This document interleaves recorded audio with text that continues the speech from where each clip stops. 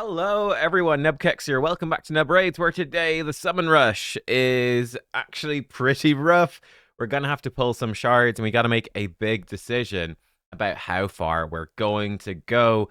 So, yeah, this is one of the most expensive summon rushes we have seen for a fusion. Unfortunately, I mean, a 6-star Speedglyph in there is certainly nice. That's great, but it is approximately 7 sacred shards for the rare, which is very high. And then if you want to get the epic, right, if you are planning either to skip some events later in the fusion, or you've already skipped some, or you just want to get her for safety, or I think maybe a rare person who wants her just to have her, unlikely, but you never know. You're looking at basically, what's that, 12 sacreds, 12, which is very, very high. I wonder, is this the highest it's ever been for the epic? I certainly remember some for 11 before. I wouldn't be shocked if there was some for 12 before. But yeah, this is pretty bad. Like, it's not unusual for you to have like 4 or 5 sacreds around there be the rare, and then have the epic at like the 3,500 if they're feeling kind of generous. That definitely happens. And probably the most common place for the epic might be more so around the 9 or 10. Going up to 12 is pretty rough.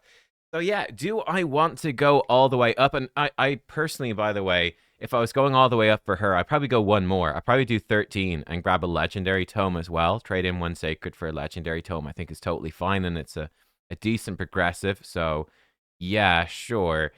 But yeah, it is looking a little bit rough. Now, you guys pointed out, sorry, I made a mistake. I thought it was going to be probably a 2x voids for the champion chase. You guys are saying that it should be due to be 2x ancients instead. That certainly makes it easier, because it means coming into this summon rush, if we do have 2x ancients, I think it's almost definite that there will be at least 2x ancients in some shape or form as part of the champion chase. It means you can use both voids and sacreds for this summon rush, and that makes it significantly easier. You could use some primals as well if you've got any left after the 2x. I mean, I've got 2, but for me, I'd much rather save those for the next 2x mythicals. Yeah, that makes things a lot easier. It's also possible for the anniversary event that they could do 2x ancients, voids, and sacreds all in the one weekend. I could see that happening. I don't know if they do it during the fusion, or if they might do it like between the fusion. I could see that for like a hero's path between the fusion. Some sort of like event that's combining lots of different shard types, or maybe they'll just do another summon rush. But yeah, so we're in an interesting spot. I have plenty of shards saved up, so I've got to make that decision. We're certainly going for the epic, the rare, but do I push further for the epic? Don't know if I will. So this is the wrong event. I don't know if I will, because it's simply so expensive. I could save a few shards and not bother. Is that worth it? I don't know. Let's see. I'll tell you what. We'll pull for the rare. We'll see how our luck is, and then we'll decide from there. I certainly wouldn't mind mixing in some voids. 15x events for voids are actually okay. 15x events for sacreds are not particularly useful. Well, they are for the epics, but not so much for the legendaries. With the voids, it's actually pretty decent. It's one of your best shots to get Marishka or whatever. It's actually not too shabby. So yeah, we might pull some of those. We'll do a few sacreds to start. For me, I don't have Prisma, Glaikit, or Duchess.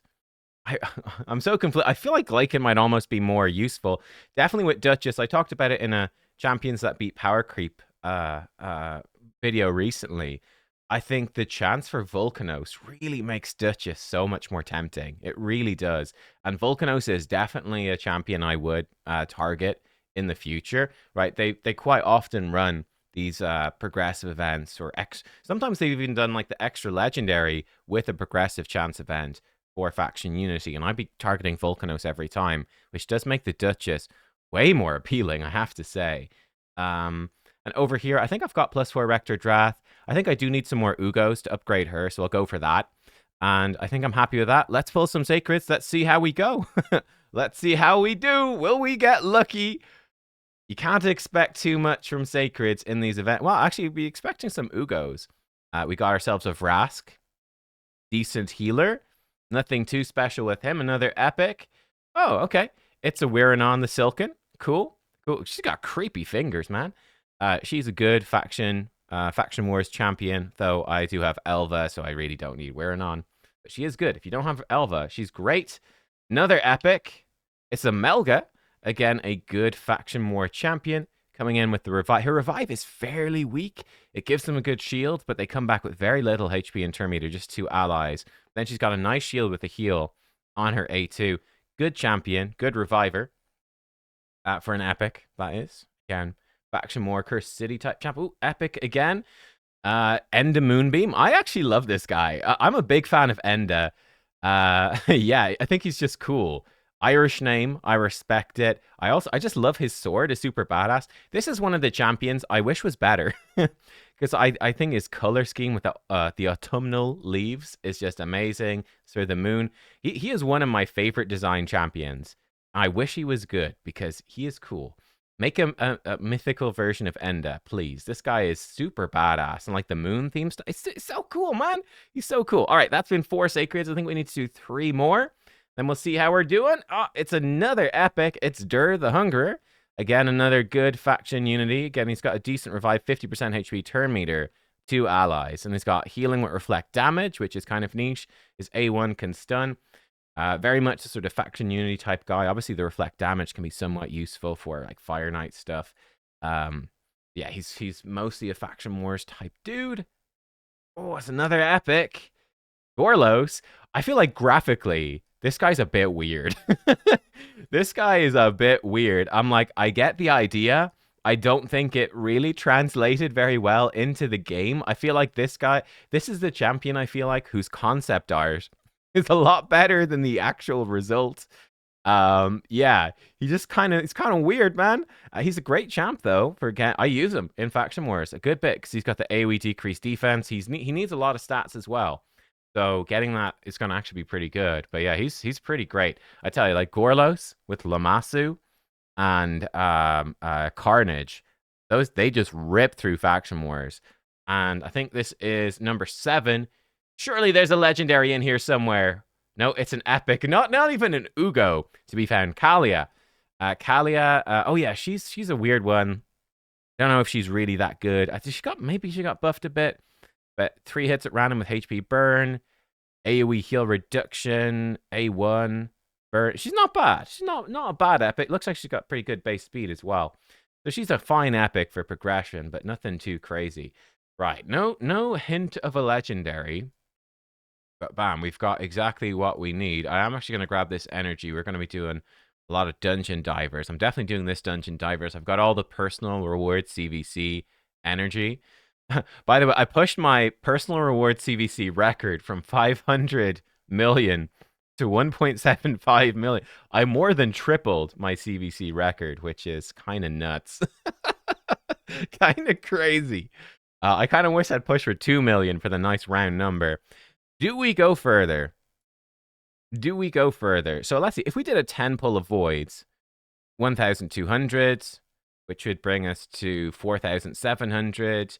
And then if we did another 4 sacreds, I think we could do that and still be okay. 4 sacreds leaves me still at 23. I'm feeling pretty confident.